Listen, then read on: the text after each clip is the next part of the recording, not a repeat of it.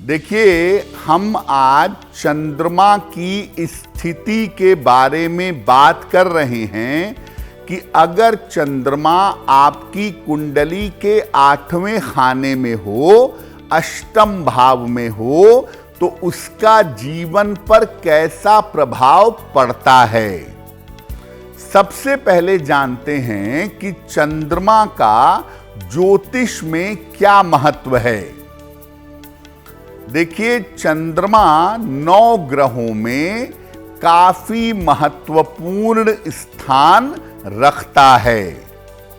ये व्यक्ति के मन पर और आयु पर गहरा असर डालता है और किसी व्यक्ति के शुरुआती जीवन में जन्म से लेके 12 साल के समय में इसका असर सबसे ज्यादा होता है। आयु के निर्धारण में आपकी उम्र कितनी लंबी होगी, इसको समझने में इसकी बड़ी भूमिका मानी जाती है।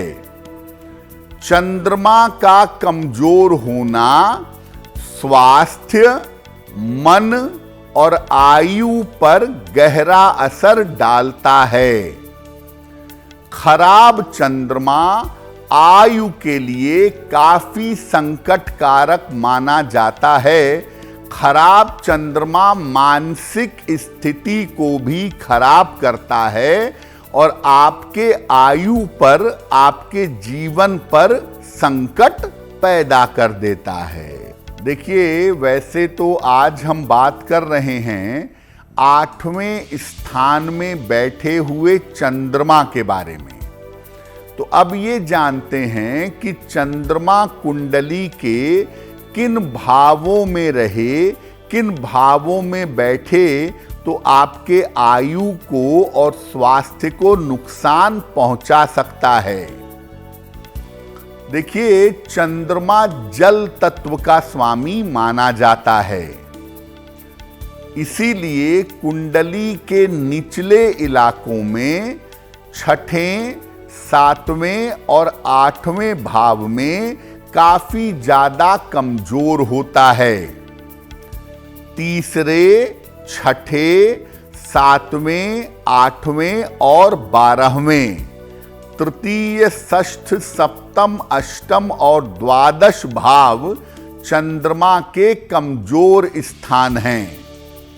और इसमें भी अगर चंद्रमा अष्टम भाव में बैठ गया, 8वें स्थान में बैठ गया, तो ये विशेष प्रतिकूल होता है, विशेष निगेटिव होता है।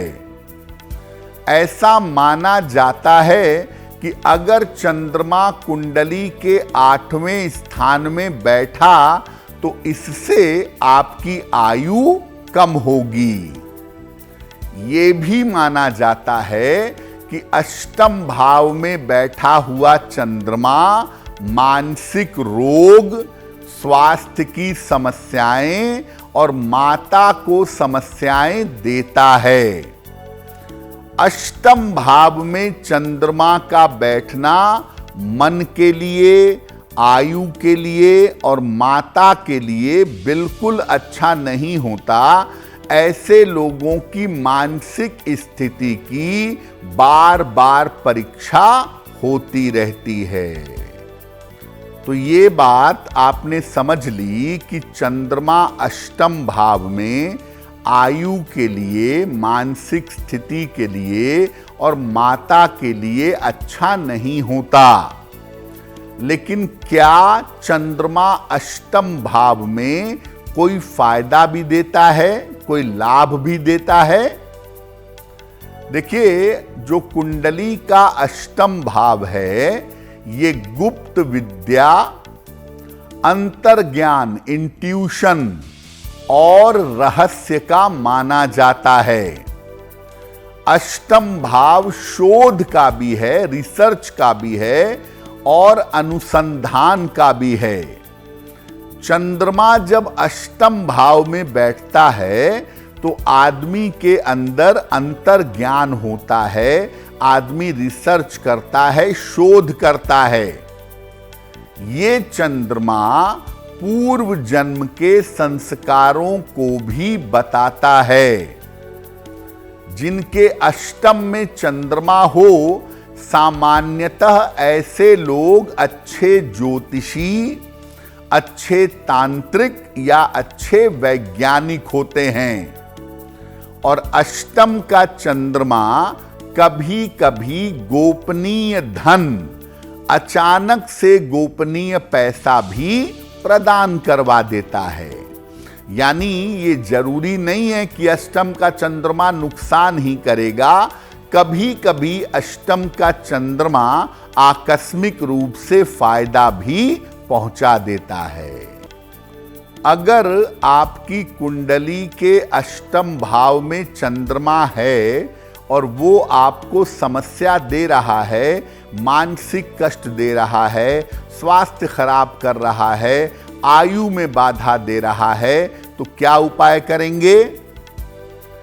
किसी पवित्र स्थान से जल लाकर अपने बेडरूम में रखिए। गंगा जल, यमुना का जल, नर्मदा का जल, किसी पवित्र तीर्थ स्थान से जल लाकर अपने बेडरूम में आपको रखना चाहिए। इसके अलावा आप क्या करेंगे? भगवान शिव की आप जितनी पूजा करेंगे उतना ज्यादा आपके लिए बेहतर होगा। नमः शिवाय सुबह 108 बार और शाम को 108 बार दोनों समय नमः शिवाय का जप करिएगा, अधिक से अधिक। नशा करने से और दूषित खान पान से हमेशा दूर रहिएगा। जितना संभव हो अपने माता जी की सेवा और देखभाल करिएगा। अगर अष्टम का चंद्रमा है तो बिना विशेष जरूरत के सामान्यतः चांदी और मोती ये आप धारण मत करिएगा।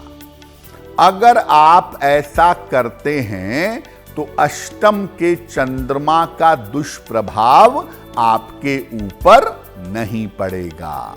अगर आप मुझसे जुड़ करके अपनी समस्याओं का समाधान चाहते हैं और चाहते हैं कि आपकी समस्याओं को ज्योतिष के माध्यम से सुलझाया जाए, तो आप हमसे संपर्क कर सकते हैं, जुड़ सकते हैं एस्ट्रो तक पर।